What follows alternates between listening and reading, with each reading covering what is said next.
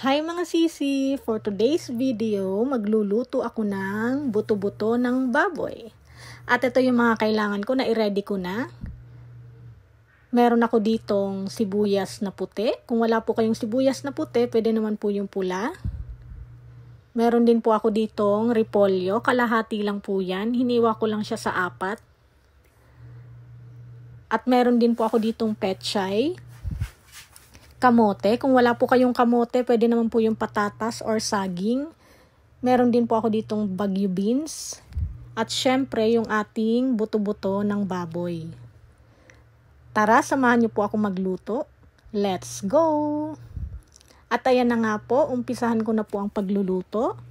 Ilalagay ko na po yung ating baboy na nilagyan ko na po siya ng tubig. Papakuluin lang muna natin siya. Takpan muna natin para mabilis kumulo. At ayan na mga sisi, kumukulo na siya. Kaya naman tatanggalan ko lang siya ng bula sa ibabaw.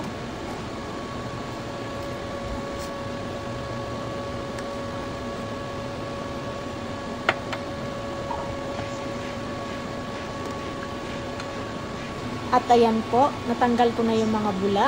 Ilalagay ko na itong sibuyas. Maglalagay rin po ako ng isang 4 cubes, asin,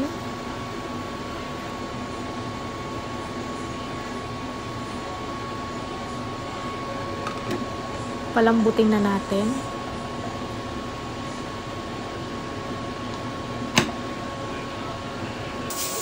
at habang nagpapalambot nga ako dyan, magpasalang muna ako ng sinaing.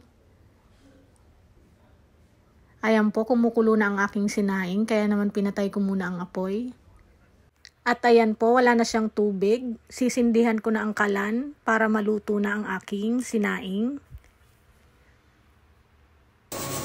At ayan na nga po, luto na ang aking sinaing. Kaya papatayin ko na yung apoy. At malambot na rin itong baboy, kaya papatayin ko na rin ang apoy. At pagkatapos, pasisingawin ko muna siya bago ko siya buksan para hindi ito sumabog.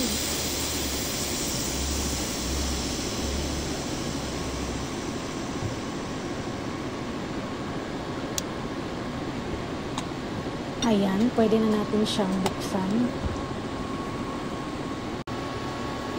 Ilagay na natin ang kamote.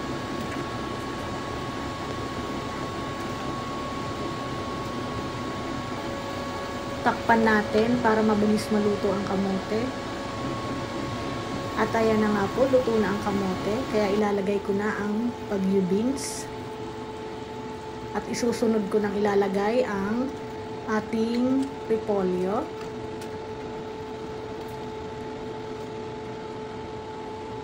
Takpan natin para mabilis kumulo. At ayan na nga po, kumukulo na siya. Maglalagay din po ako dyan ng patis.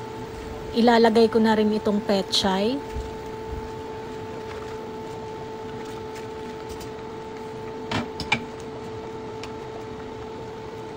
Tatakpan ko ito para mabilis kumulo. At ayan na nga po, kumukulo na siya. Kaya naman, haluin lang natin ng konti yung gulay.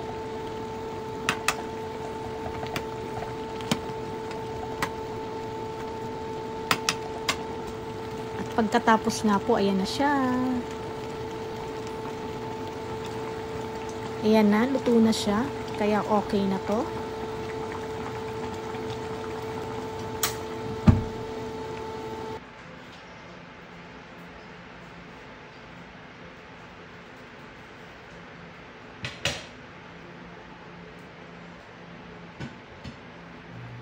At syempre, hindi pwedeng mawala ang ating sausawan na patis with sili.